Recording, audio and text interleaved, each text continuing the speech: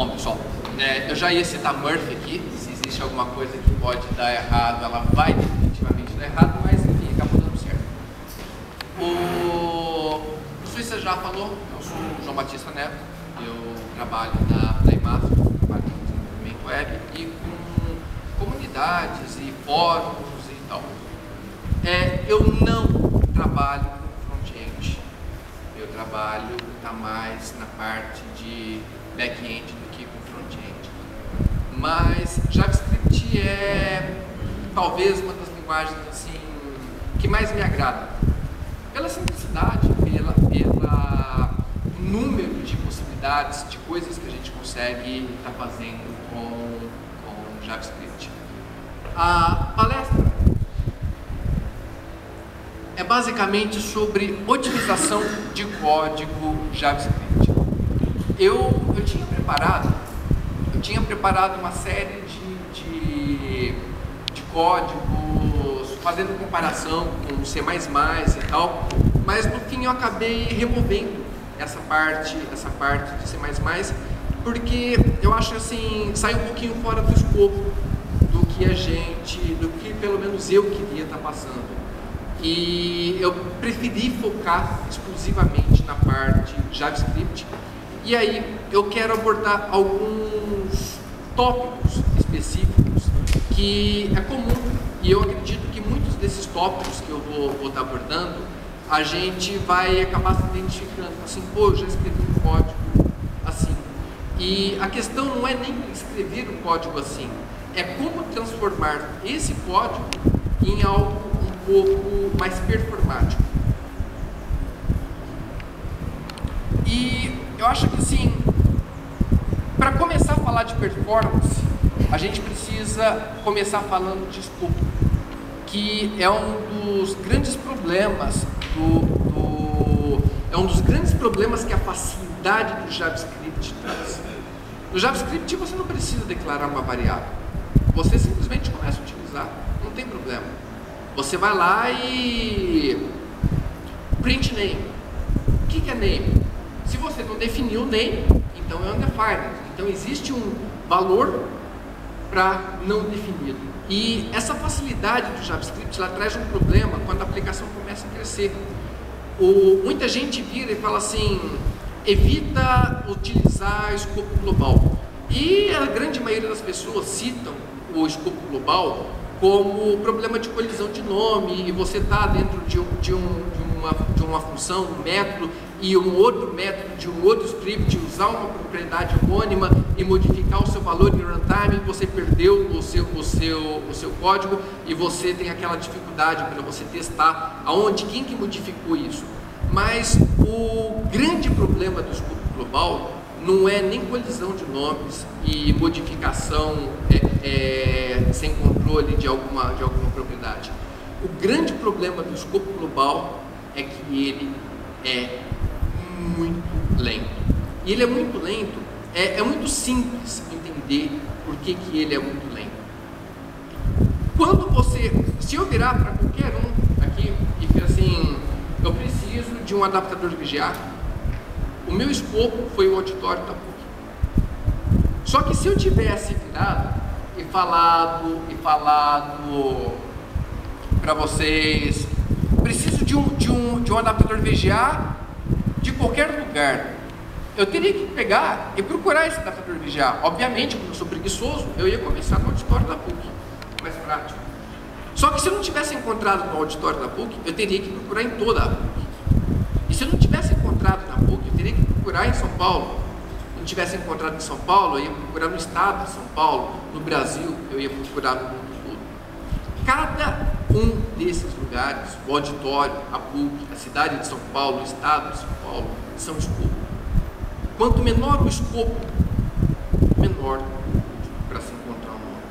Então, o grande ponto de performance é você conseguir sempre deixar aquilo que você precisa o mais próximo possível. Se você tiver condição, você estiver utilizando uma função dentro de uma função dentro de uma função, e você tiver que utilizar uma variável que você tem 3 closures alinhadas, e você tiver que utilizar uma variável que está 3 níveis fora, você vai ter 3 resoluções de escopo, do nível mais interno, do nível pai, e vai até não encontrar ou encontrar. Então, o escopo global ele é problemático exatamente por causa disso, porque o nome está longe de você.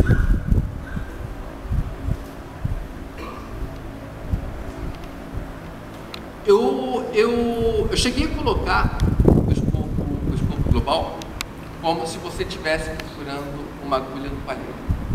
De certa forma, é uma analogia bastante equivocada, porque a chance de você encontrar essa agulha no palheiro é mínima. É um objeto pequeno dentro de um universo muito grande e muito parecido. Enfim, você dificilmente encontraria. Mas se eu digo que o escopo global é qualquer lugar do mundo, ele define mais facilmente o que é essa questão de escopo. Eu coloquei aqui um exemplo do que é essa situação de resolução. Todo mundo consegue ler?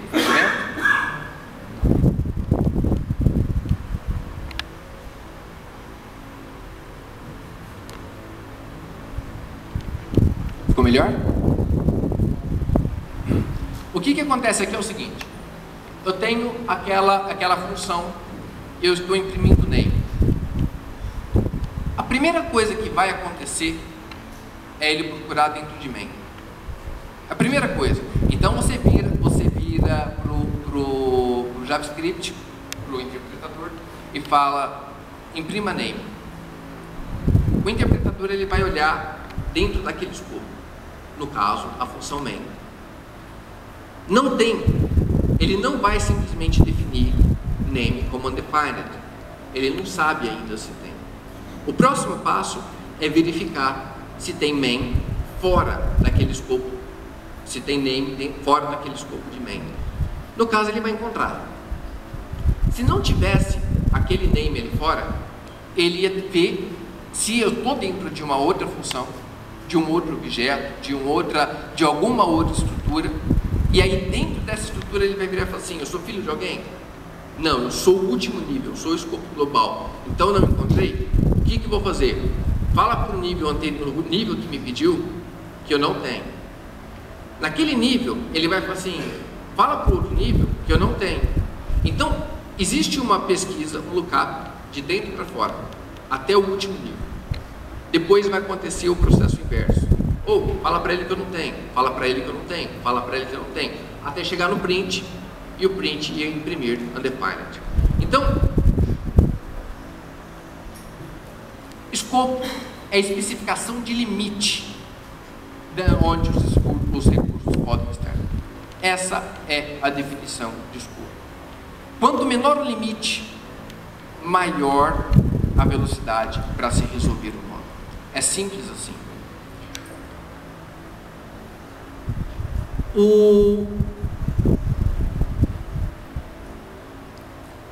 A outra situação, ainda dentro do escopo, são as closures. Eu acredito que vocês já devam ter visto esse tipo de situação. Conseguem ver o fragmento? Dá para ler? Nesse fragmento eu tenho uma mensagem e eu tenho uma closure. A definição de closure é uma função anônima que tem acesso a uma variável de nível anterior. Do ponto de vista da closure, mensagem está no escopo global. Do ponto de vista da closure, sempre que você tem alguma coisa fora do escopo que você está trabalhando, ela é global do ponto de vista daquilo que você está trabalhando. Então a mensagem ela está no escopo global do ponto de vista da closure. O que acontece aqui é que, eu não sei, alguém já ouviu algum comentário sobre esse tipo de acesso ser lento? Alguém já pesquisou sobre performance e já viu algum post sobre isso? O que acontece é que a solução que normalmente as pessoas que comentam sobre esse tipo de acesso ser lento, a solução que eles colocam é, em vez de closure, utilize uma função anônima e declare a variável dentro da função anônima. Só que, até que ponto que isso é verdade? Até que ponto que eu fazer dessa forma é verdade? Se eu tiver essa função, seja essa versão ou essa versão, as duas são problemáticas. Se essa versão for executada milhões de vezes, ela vai ser lenta. Se essa for executada milhões de vezes, ela vai ser cara, porque cada vez que eu executar aquela função, eu vou ter a declaração da variável mensagem e é uma string. Então eu vou ter 1, 2, 3, 4, 5, 6, 7, 8, 9, 10, 11. Eu vou ter uma alocação de 11 bytes de memória. Se eu utilizar milhões de vezes, nosso garbage collector não vai conseguir fazer essa limpeza. Então nós temos uma grande quantidade de locação e nós não tivemos tempo de fazer essa limpeza. Então esse tipo de solução ela é válida se essa função for executada uma única vez, porque a gente resolveu o problema do escopo. Mas se nós tivermos que executar essa função milhões de vezes, cada uma dessas vezes é uma alocação, é uma declaração de variável, é lento. Então, a afirmação de que isso é melhor do que isso, ela não é verdadeira, dependendo do que você está trabalhando. Então a performance, ela não é só uma receita de bolo, em que eu vou virar para você e falar assim, em vez de você utilizar uma closure, utilize uma função anônima. Porque eu não sei aonde você está trabalhando.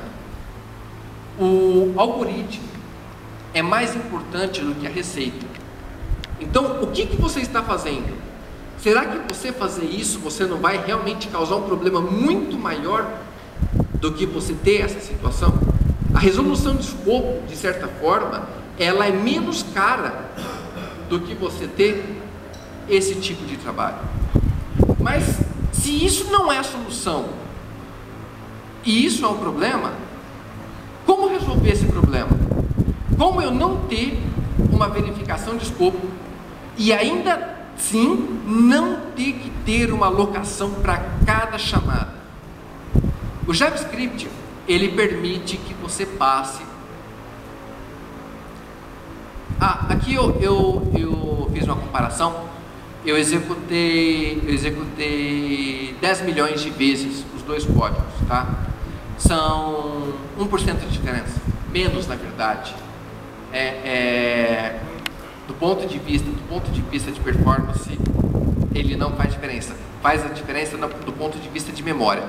Mas eu não vou entrar no ponto de memória, porque eu sei que tem uma palestra em seguida exatamente sobre esse tema. Mas o ponto aqui é que a solução, de fato, para esse problema é a passagem de argumento. Se você perceber aqui, eu tenho a variável mensagem declarada apenas uma vez, igual era na minha versão com closure. Só que se eu utilizar ela dentro da função, eu estaria resolvendo o escopo. E eu não quero resolver escopo, mas eu também não quero declarar essa variável. Então eu posso passar essa variável como argumento para a função. Isso pode parecer muito simplista, mas resolve o problema de uma forma drástica. Aqui, se a gente for dar uma olhada, eu executei 10 milhões de vezes e levei 4.472 segundos. É muito tempo.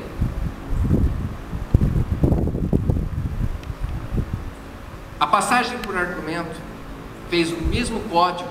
Eu só mudei a passagem por argumento. Eu removi a resolução de escopo e passei um argumento.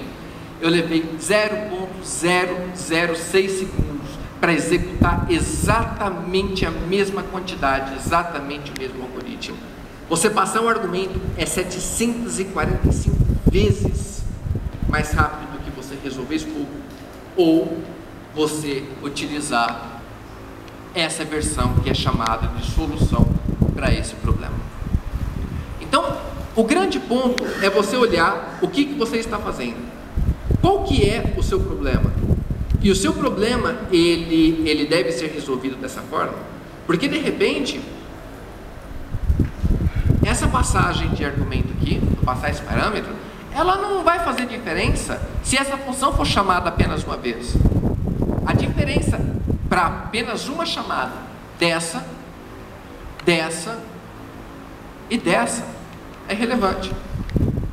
Simplesmente não faz diferença.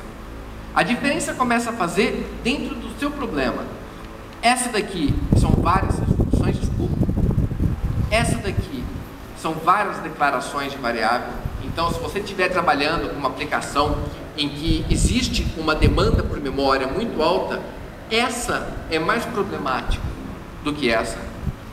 E se você tiver que executar, você está trabalhando com alguma aplicação gráfica, renderização em tempo real, alguma coisa que você precisa de uma performance para ter uma renderização, essa versão pode ser a solução. Os três códigos fazem a mesma coisa. Eu só mudei aonde houve a resolução. Nesse caso, a resolução é local.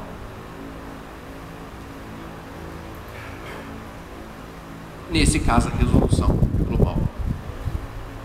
Nesse caso, a resolução também é local. Então, o que você deve fazer? É melhor você declarar essa variável lá dentro? É melhor você passar por argumento? Qual o custo de você refatorar o código para passar por argumento? Tá? Então, essas são coisas que você deve levar em consideração na hora de implementar.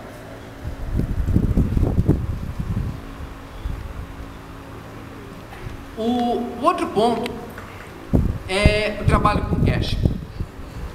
Eu acredito que para quem trabalha com jQuery já deve ter visto muito esse tipo de dica. Eu não vou falar sobre jQuery porque assim a minha ideia era falar sobre JavaScript em geral, incluindo server-side, qualquer tipo de implementação de JavaScript. Então eu não vou entrar na conversa de jQuery, prototype ou enfim qualquer outro tipo de library ou framework. Isso não importa. A questão aqui é que sempre que você tiver alguma coisa que acontece repetitivamente, se aquele valor não muda, então você deve fazer cache daquilo. E isso envolve questões que às vezes é um pouco não tão claro. Se por exemplo eu estiver trabalhando com DOM e eu tiver que pegar todos os elementos com determinada classe, se não houver uma modificação na marcação, esse resultado vai ser sempre o mesmo. Cada vez que eu tiver que fazer uma consulta dessa, eu vou ter que iterar toda a estrutura, ver a árvore, ver os filhos, chegar naquele resultado e utilizar. Se eu tiver um número muito grande de chamadas, eu vou ter um custo extremamente alto. Então, resolução de escopo, resultado de cálculo e nomes longos e complicados. Essa questão de nomes longos e complicados é mais para performar a escrita do código, mas ela é válida também se a gente estiver trabalhando com uma estrutura de objetos. Eu acredito que aqui todo mundo já deve ter simulando namespaces em JavaScript. Então, Sampa é igual objeto JS, palestra, blá, blá, blá, eu tenho vários objetos alinhados. Cada um desses objetos tem um custo. Quanto mais profundo for o acesso, maior o custo. Porque para eu acessar o objeto de terceiro nível, eu tenho que iterar o primeiro objeto, eu tenho que iterar o segundo objeto, eu tenho que iterar o terceiro objeto, verificar se encontrei aquele nome que eu estou procurando, voltar ao segundo objeto, voltar ao primeiro objeto e entregar o valor. Então, essa questão de nomes longos e complicados, ela vale também para uma profundidade muito grande em uma estrutura de objetos. Tanto que a gente pega alguns frameworks, eles tinham 3 níveis de namespace e esses namespaces têm sido reduzidos, porque quanto maior a profundidade, mais caro é. Esse ponto aqui, ele é exatamente para eu mostrar a questão de resolução do escopo. Quando eu estava falando do escopo, eu falei, eu primeiro procuro no nível, depois eu vou no outro nível, até eu chegar no nível mais externo. Nesse caso aqui, eu tenho um nível para resolução, eu tenho 2 níveis para resolução, e eu tenho a variável. Esse cara aqui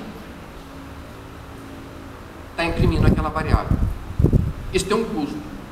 Cada uma vez que esse cara aqui rodar, cada uma vez vai haver uma resolução de escopo. Então o que eu faço? Não tenho como tirar esse cara daqui? Deixo ele lá. Mas eu fiz o cache daquele cara. Eu transformei N resoluções de escopo em uma resolução de escopo. Ela já foi resolvida. Eu já tenho o valor aqui.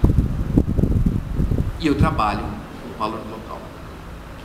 É o tipo de situação que você você ganha em desempenho é muito grande por uma coisa idiota. Você criou uma variável, você tem um custo de alocação, beleza, mas qual é o custo da resolução? Você teve mais uma alocação, mas você ia ter 10 milhões de resoluções. O que é melhor? Então, essa questão de você fazer o cache, ela é importante. É você analisar também, óbvio, o que você está fazendo. Isso é importante, porque de repente vai sair alguém aqui e falar assim, o Neto lá no Sampa JS falou para fazer isso daqui, e de repente você fez uma grande cagada e a culpa é minha. Não é por aí. Analisa direito o que está acontecendo e vê qual é a dica que cabe, e se cabe alguma dessas dicas. Mas a questão de você ter essa declaração aqui, ela é importante.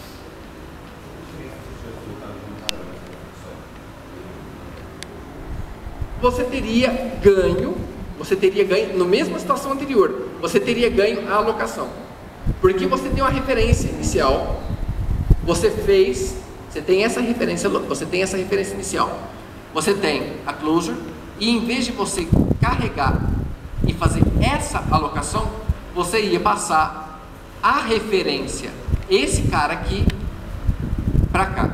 Você ia ter um ganho maior, igual a gente teve ali naquela situação. Isso daqui, que é o que você acabou de me perguntar, é exatamente isso. Nesse caso, eu estou trabalhando com a closure, e eu tenho a resolução do escopo, e aqui eu estou passando um argumento. Eu tive um ganho de 745 vezes, só porque eu peguei e tirei uma resolução e transformei num parâmetro. Esse cara aqui é a mesma coisa. Eu poderia não ter declarado, principalmente se não fosse um string. Imagina que esse global fosse um objeto realmente grande. Vamos supor que esse global fosse um framework, que eu tenho uma estrutura de namespace. E dentro dessa closure, eu tenho que utilizar um método desse framework.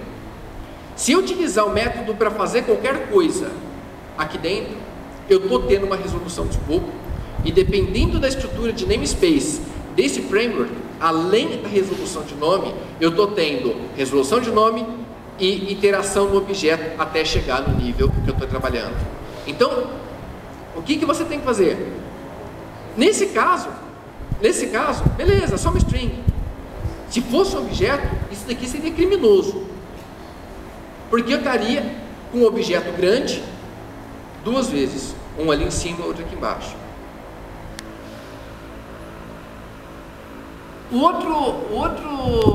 Desculpa, deu para a outra situação aqui, ela é mais difícil de ver. Teoricamente, esse camarada aqui, é uma propriedade, é um valor de uma variável. Qual que é o problema desse cara? O problema é que esse cara aqui não é um valor estático. Isso daqui eu acredito que sim. Quem já escreveu esse tipo de laço? Eu acredito que todo mundo já escreveu esse tipo de laço. O problema é que cada uma dessas voltas existe a verificação daquele valor. Só que esse valor ele é mutável. Então quando você vira e fala assim, eu quero lente desse array, você está virando para o objeto nativo para fazer o cálculo daqueles objetos para te entregar o valor. Então, cada uma dessa volta é uma verificação extremamente cara. O que você faz? Você faz o cache dela. Em vez de verificar esse cara que é calculado toda hora, você faz o cache do resultado e trabalha com esse camarada estático. Esse tipo de modificação é simples e é o tipo de otimização que você consegue fazer em qualquer tipo de código e que ele vai eliminar um custo enorme da sua aplicação. E isso não é apenas no caso de um array, eu coloquei só para ilustrar, mas qualquer situação em que você tenha o resultado de um cálculo e que você precisa, por exemplo, eu preciso iterar esses caras. Mudou? Beleza. Nesse momento eu quero iterar esses caras. Foram adicionados outros, eu não estou trabalhando com isso, porque senão eu corro o risco ainda de ter um loop infinito. Então nesse instante eu quero iterar esses caras. Sim.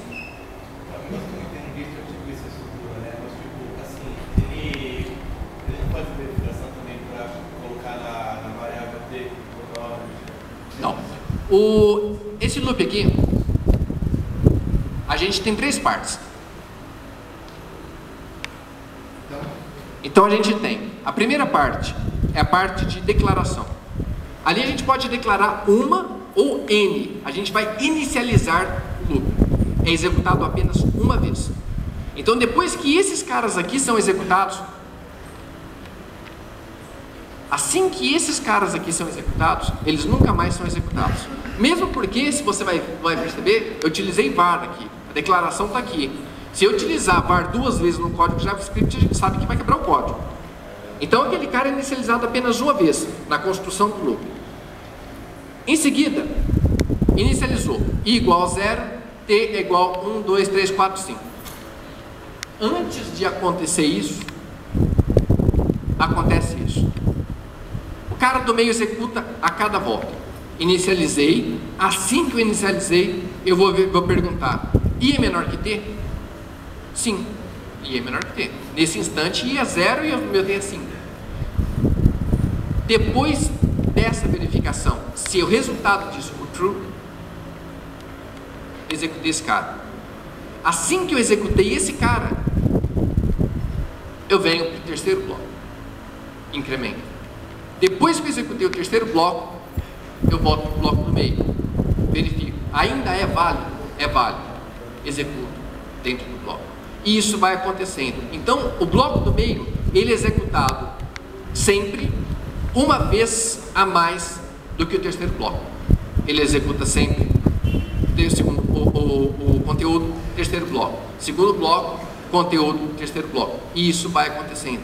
Então, sempre que você tiver aqui dentro, mesmo que não fosse a propriedade lente, vamos supor que ali dentro você tivesse uma chamada de uma função que faz qualquer coisa e verifica qualquer outra coisa e vai te dar um resultado true ou falso. Isso é péssimo.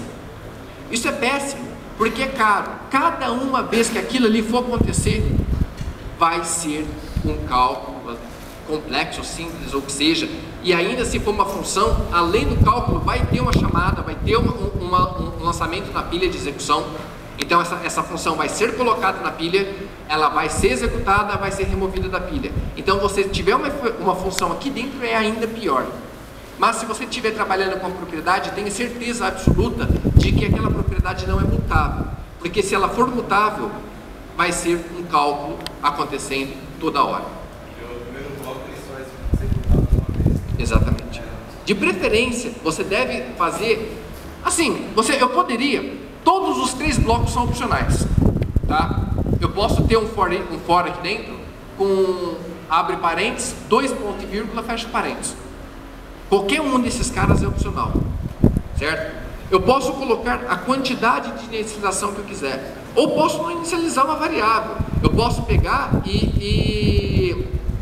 enfim, chamar uma função para inicializar. Posso fazer qualquer coisa ali. Esse cara é executado uma vez. Sim. Eu poderia arrancar esses caras dali e colocar ali, logo abaixo do...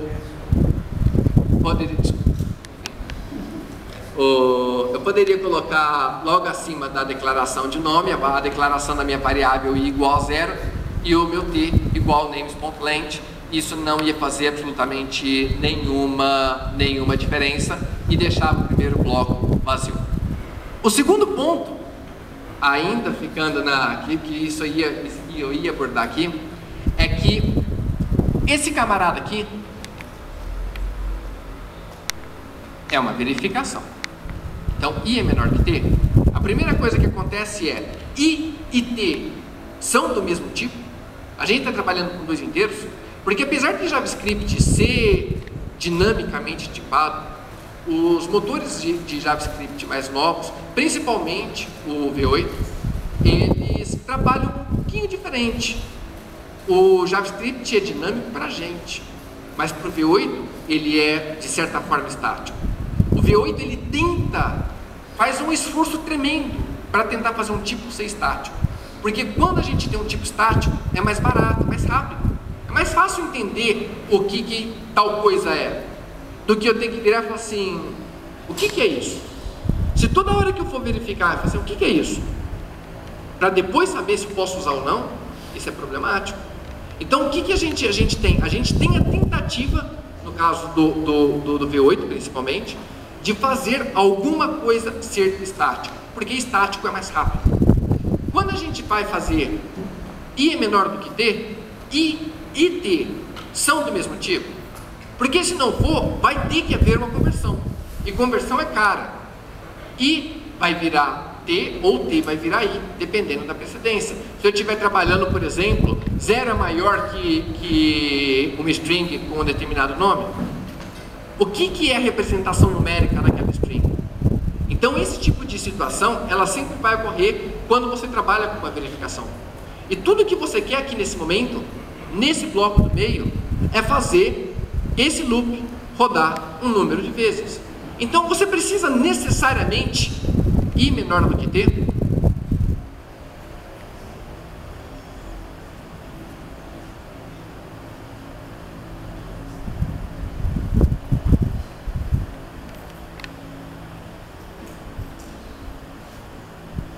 Aqui, só para colocar, eu acabei viajando e não passei. Só o fato de eu não verificar o length no bloco do meio, eu tive uma melhora de 2% em 5 milhões de execuções. Só pelo fato de eu ter feito um cache em T. Então, só de eu trazer, em vez de fazer isso daqui e declarar aquela variávelzinha T ali, só isso me deu um aumento de 2% em relação ao mesmo laço que estava sendo executado. Mas ainda dá para fazer um pouquinho melhor.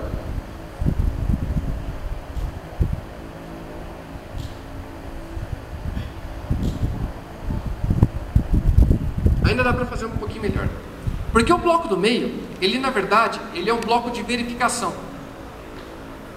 No JavaScript, em C, em PHP, em N linguagens, a gente tem qualquer número é true, convertido para boolean, e qualquer zero, enfim, é falso.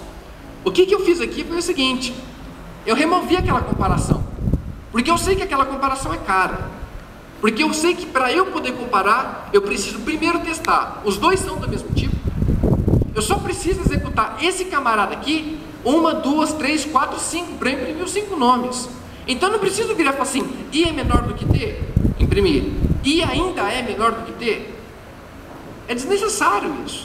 Eu posso modificar esse algoritmo e fazer o t, que é a quantidade de nomes, regredir. É muito mais barato eu fazer um decremento ou um incremento, dependendo do contexto, pode ser melhor você trabalhar com negativos para cima até zerar, ou, nesse caso, de positivos para baixo até zerar. Mas cada volta que ele chegar, eu vou fazer um decremento. Então, o lente, inicialmente, ele era assim.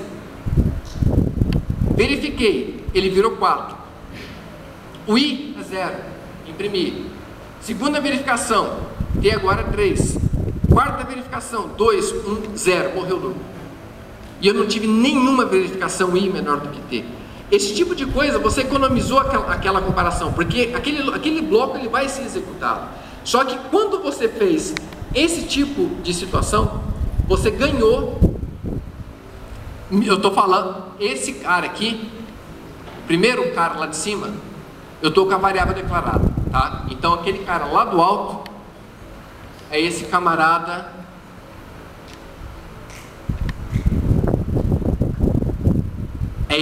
aqui, o primeiro resultado. E o segundo resultado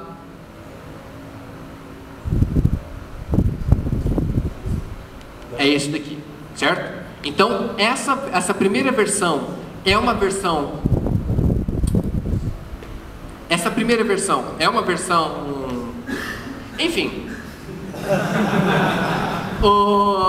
O primeiro resultado é a versão otimizada com o T declarado no primeiro bloco. Então eu tenho o cache dele e não é aquela primeira versão que eu fazia a verificação do lente. Então eu tenho aqui em cima, eu tenho já com o cache e eu levei 12.454. Só o fato de eu remover I é menor do que T, eu ganhei 4%. Eu já tinha ganho 2%, eu ganhei mais 4%. Então, sempre que você puder evitar uma comparação dentro de um loop, seja um loop for, que foi o que eu utilizei exatamente pela complexidade dele, dos 3 blocos, mas se você também estivesse trabalhando dentro de um while, ou do while, tanto faz, a questão é, você consegue eliminar uma comparação? Se você conseguir eliminar uma comparação com incremento ou decremento, seja de negativo a 0 ou de positivo a 0, é melhor do que você fazer uma verificação. Porque a verificação envolve a verificação de tipo. E se forem de 2 tipos diferentes, ou se algum dos 2 valores não for estático, por exemplo, eu estiver trabalhando com inteiros 1, 2, 3, 4, mas de repente ele vira 4.2. Essa mudança, ela vai causar um cast e depois ele vai causar comparação. Então, sempre que você tiver a possibilidade de remover essa comparação, tenta removê-la, porque ela é muito melhor do que você ficar fazendo toda hora. Porque se você só quer dar a volta para percorrer o número de objetos ou elementos de um array, ou sei lá o que você quer, você tem um número pré-definido de coisas que você sabe previamente antes de começar o loop, quantas vezes aquilo vai ter que rodar, prefira trabalhar com incremento ou decremento. É muito melhor do que você trabalhar com a comparação. Bom,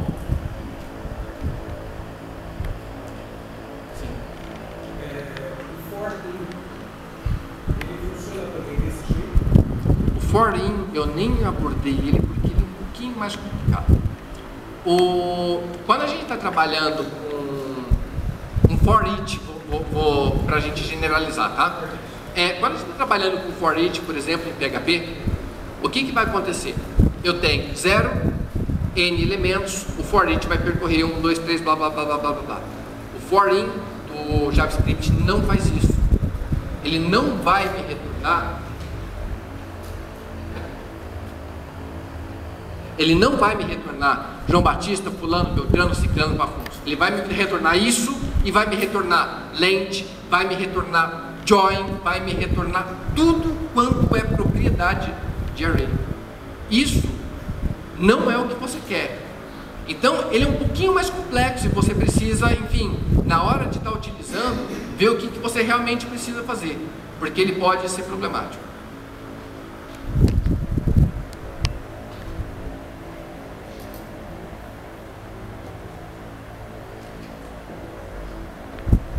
Declaração de tipo. Com declaração de tipo, o que eu quero colocar aqui não é você estar trabalhando, criando um namespace dentro desse namespace você tem lá sampa.js, não é isso. Eu estou falando de reutilização. Eu estou falando de você criar um objeto que possui um comportamento, possui características e que você vai reutilizar isso N vezes. O objetivo da criação de tipo é a reutilização. Quem já escreveu algum fragmento parecido com esse, utilizando a função de alto nível e fazendo alguma coisa parecida com isso? Isso, do ponto de vista do JavaScript, é legal. Ele permite esse tipo de situação. Mas o que acontece na hora que eu fizer new constructor? A primeira coisa que vai acontecer é a definição do parâmetro. Depois eu vou definir uma propriedade que eu tenho um valor padrão. E depois eu vou ter uma declaração de uma função. Cada vez que eu criar new constructor, eu vou criar uma função lá dentro. Eu não consigo imaginar dentro do universo JavaScript uma situação em que isso daqui é saudável. Exatamente pela estrutura que é construída a linguagem JavaScript. Eu só não vou falar, bom, eu vou falar que isso é criminoso, mas... Quem já leu Goff? Goff, ele descreve prototype dessa forma. Em que eu tenho um objeto, e esse objeto tem um protótipo. E esse protótipo permite que eu crie novos objetos copiando o seu protótipo. Isso é JavaScript. Essa é a base do JavaScript. Eu tenho Object.prototype exatamente para que eu possa criar novos objetos copiando o seu protótipo. Eu não preciso todas as vezes que eu for criar um objeto declarar uma função. Para que eu estou fazendo isso? Para que eu estou declarando aquele valor padrão? Ele é padrão, ele não muda, porque toda hora que eu fizer new constructor, eu tenho que declarar aquele cara padrão. Eu tenho que redefinir aquela função. O JavaScript ele foi construído para que isso não aconteça. Então, esse tipo de declaração de tipo, do ponto de vista do JavaScript, é um péssimo negócio.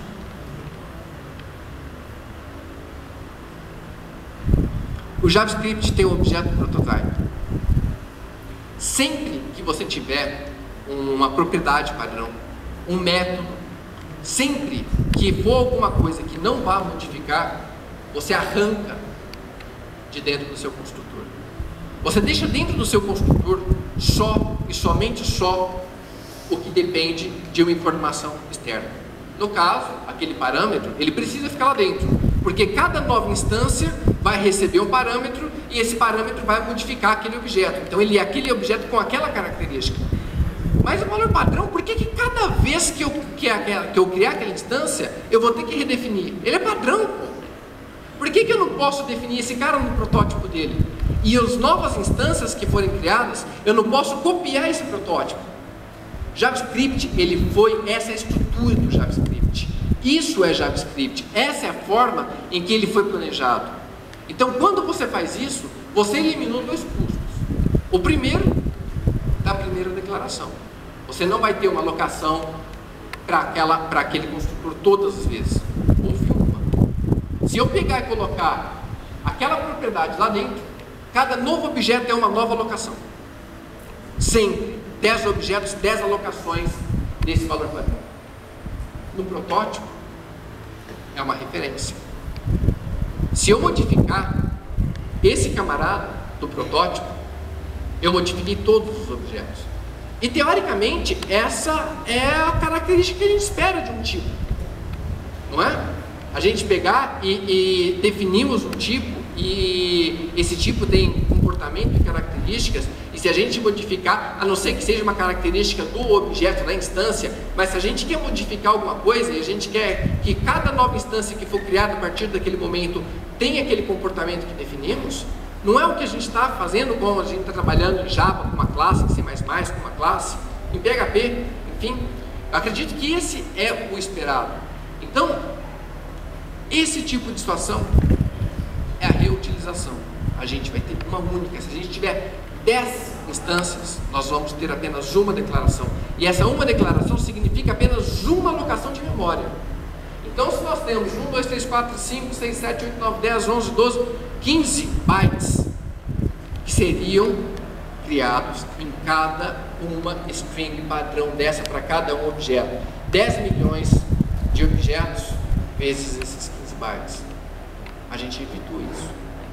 A gente tem esse cara sendo alocado apenas uma vez. Então, essa é a base de criação de objetos no JavaScript. Eu sei que muita gente acha isso feio, complicado. Object.prototype, minha propriedade, ou meu método. Isso é estranho para quem está acostumado a criar, abre o objeto, propriedades, 2 pontos, qualquer coisa, um método, uma função, enfim. É estranho, eu sei que parece estranho. Eu acho que quantas pessoas já criaram algum objeto dessa forma aqui? É estranho. Não é uma coisa que todas as pessoas que trabalham com JavaScript, eu já vi gente que trabalha com JavaScript recorrentemente falando que nunca tinha trabalhado dessa forma. Enfim, mas é um fato. Você eliminou uma declaração de uma função em cada construção do objeto, você eliminou uma definição de uma variável em cada objeto. Quanto mais complexo for a construção do objeto, sim?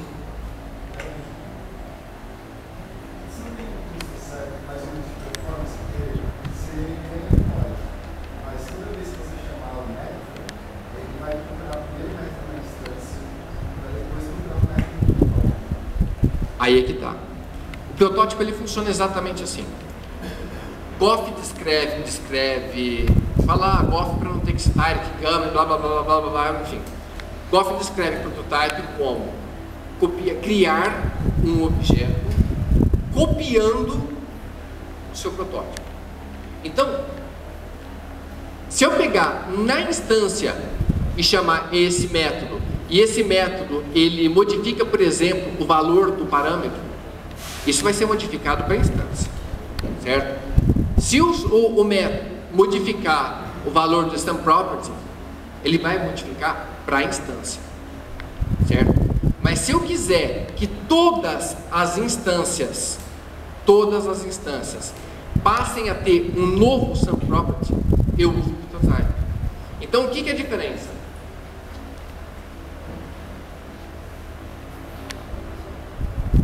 O this, ele faz referência para si próprio. Se eu quiser modificar o valor da minha instância, eu vou falar this, param, some property, some method.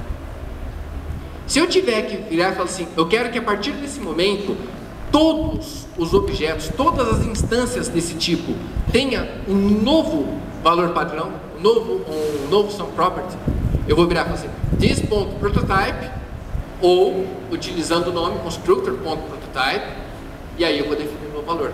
A partir daquele momento, todos os camaradas que forem criados, new constructor, terão um novo valor, porque o que eu modifiquei não foi a minha cópia, os meus valores. Eu não utilizei this, eu utilizei o protótipo.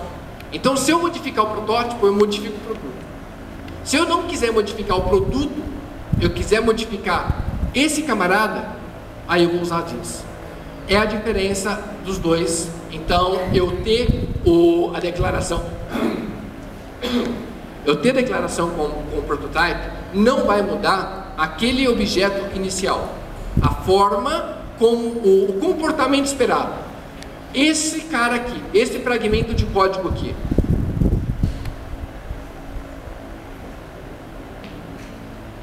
e esse camarada aqui tem exatamente o mesmo comportamento, absolutamente nenhuma diferença do ponto de vista de comportamento. Do ponto de vista de performance,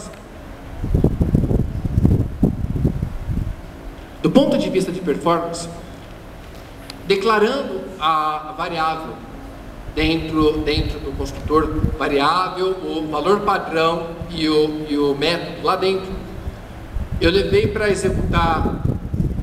Eu tô assim, tirando, acho que dos arrays, os exemplos todos eu fiz 10 milhões de iterações, sim? Bom? Perfeito. Eu iterei 10 milhões. Então, construir 10 milhões de objetos com aquele construtor daquela forma, eu levei 7.079 segundos. E da segunda forma, eu levei 4.706, eu tive um incremento de 40% de performance. Quanto maior a complexidade da construção do objeto, mais caro do ponto de vista de performance. E eu não estou levando em nenhum dos exemplos, eu removi tudo que eu falava de memória, primeiro porque o tempo já acabou e eu não terminei a palestra, e segundo porque eu sei que vai ter uma outra palestra e que vai ser específica sobre isso, então não tinha nem sentido eu colocar.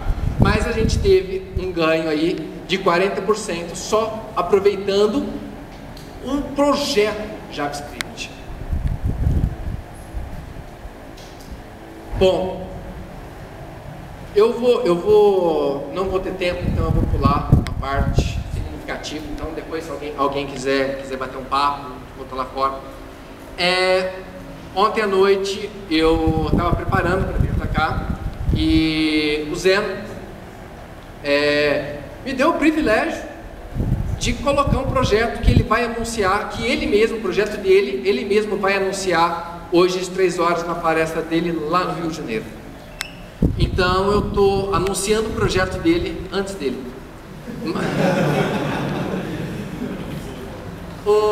Pelos nomes dá pra gente ver que é só gente grande que tem aqui, tá? Então realmente foi um prazerzaço estar podendo estar colocando aqui. Eu brinquei, porque na hora que o Zeno me mostrou o projeto, eu virei e falei assim, cara, isso daqui me lembrou Medida Certa do Fantástico. Porque é exatamente isso, browserdiet.com/pt. São considerações sobre performance do ponto de vista do front-end. Então são várias dicas de performance, de como você deixar a sua marcação performática, seu JavaScript performático, seu CSS, eliminar lookup de DNS. São várias dicas para o pessoal que trabalha com front-end. Então, de repente, o pessoal dá uma olhada, é um puta no projeto. Dentro do site tem o link para o GitHub, dê uma olhada no código, eu dei uma olhada no código ontem, fantástico. Pelo nome do pessoal que está participando, enfim, não tem o que a gente está falando aqui. É isso. Bom, não é isso, faltou alguma parte por causa do tempo, mas alguma questão, alguém quer perguntar alguma coisa? Ficou assim? Qual ferramenta que você usa para medir performance? Eu utilizei o V8, tá? No terminal. Utilizei o Time do Linux, utilizando o debugger do V8. Então, quando você clona o V8, você vai ter o D8, em que você consegue executar o JavaScript no terminal. Enfim, são N recursos. É que eu não estou com a minha máquina é só HDMI, senão eu até mostrava ele rodando aqui. Mas enfim, são N recursos que você tem e mostra como o motor V8 funciona. É fantástica a ferramenta, vale a pena dar uma olhadinha nela. Mais alguém? Bom, pessoal, eu queria agradecer a atenção de vocês. Eu acho que eu falei pra caramba, eu tô com a garganta, falta um pouquinho d'água aqui. Mas, infelizmente, eu não consegui terminar. Mas, se alguém quiser depois bater um papo, eu vou estar por aqui. Então, valeu. Até o ano que vem, né?